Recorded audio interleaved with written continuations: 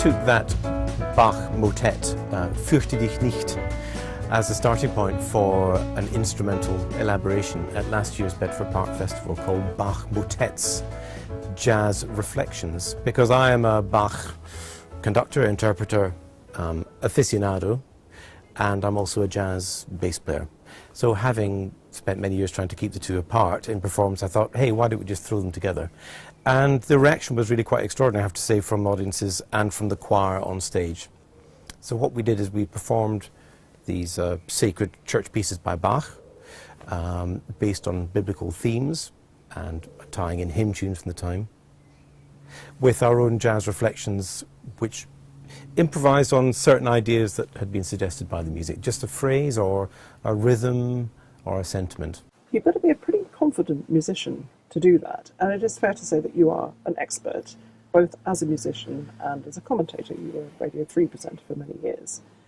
But how long did it take you to get to the point where you could actually mess around with conventions like that?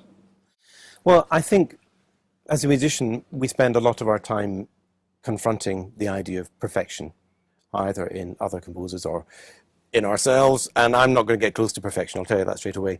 But then making mistakes and trying things out is a very important part of, well, the jazz world, which I'm also part of. So in a way, why not apply that to classical themes? Because after all, improvisation and risk-taking have always been an essential part of the classical praxis, but less so in the last 100 or 50, 20 years because of the kind of idea of perfection that has come up through the recording industry. As musicians, we need to try things out and throw things together. And what is your favourite music to play? Because you are, again, quite unusual in that you cross over between classical and jazz. Well, I think Bach is my number one because his music is very spiritual, it's incredibly well crafted, very melodic, it's really, really interesting for the brain as well as kind of emotion-inducing for the heart. But I play in other genres of music as well, and I think it may be for somebody of my generation it's actually quite unusual, but for the next generation down, it's become much more acceptable because jazz, improvised music is no longer an outsider's game, it's something which is taught in schools. That's one of the good things about musical education. But you're quite modest about it, because actually some people find it very difficult to swap from one genre to another. I think truthfully, I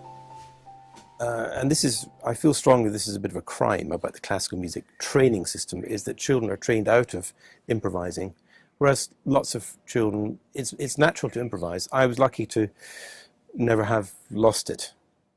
So it maybe uses a slightly different bit of your brain, but it's all part of the organic musical experience. I mean, there's another Bach-inspired piece that I'm playing with my trio. When I take a bass solo on it, I hear the chord sequence in my head, and I've got a rough idea of what I want to say, and I think there the planning stops and the instinct takes over.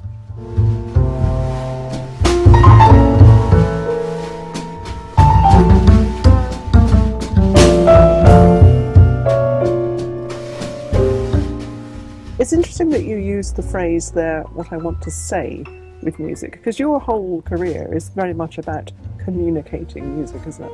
Yeah, I mean, music is a language, I think you've probably heard that before. And I spend half of my time playing it or conducting it or coaching it, and the other half making radio programs, giving lectures to societies, or as I'm about to do tomorrow, in fact, going to Germany to take people on music holidays where I'm the kind of in-house expert. But I've recently been given a nice new platform to do that because for the next year I've been appointed the Hogwood Fellow for the Academy of Ancient Music, which is a very fine period instrument orchestra which specialises in the music of the 17th and 18th centuries. And Christopher Hogwood was a fantastic musicologist and performer. So in my own way, I've been given the chance to follow his example in my own way. And I really want to get people talking about classical music, the important things about it, what it means, and just really dive into it a bit more than a program note could ever do. You've written rather more than program notes. You've written a book which is an introduction to classical music. Tell us a bit about that. Well, because maybe like you, most of my friends are proper normal people who are not interested in classical No, music, cantata if it bit me. no, indeed. But it is. I'm aware it's a very kind of niche activity, but there's something in classical music for everybody. So lots of people came to me and wanted me to explain what certain eras of music represented and who certain composers were, where can they get started. And I had a sort of speech radio listening audience in mind when I put this book together in conjunction with the Idler, which is a fantastic bookshop, and people have run courses in West London. And as part of their series of Idler guides, I wrote this guide to classical music. And instead of taking Mozart, Stravinsky, Beethoven as my starting points, I took eras, the Baroque era, the classical era, the Romantic era, and 2 chapters in the 20th century.